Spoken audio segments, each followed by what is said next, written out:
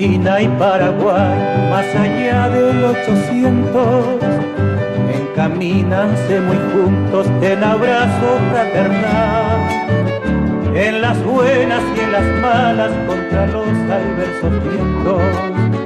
Han luchado siempre unidos por idéntico ideal. Son afines nuestros pueblos por su lengua y sus costumbres.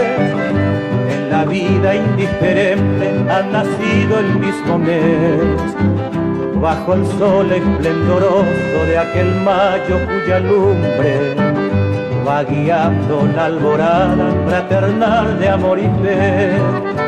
La invasión a Buenos Aires no les pasó indiferente a los yegros y cabañas y sus huestes guaraní.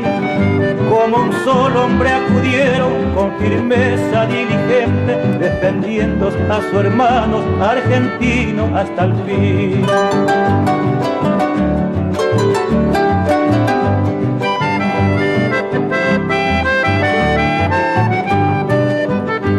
Glorioso regimiento granadero bien formado, en sus filas centenares de soldados guaraní que lucharon bajo el mando de José Félix Bogado, coronel que compartiera el honor con San Martín.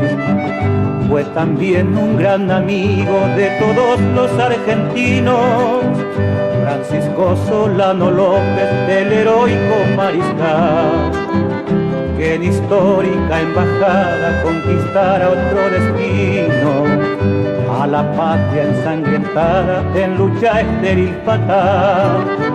No olvidemos hoy ni nunca, paraguayos y argentinos, a don Juan Bautista Alberdi, del derecho paladín, que dio lustre a la Argentina con su pluma inigualable, defendiendo los derechos de mi patria, el Paraguay.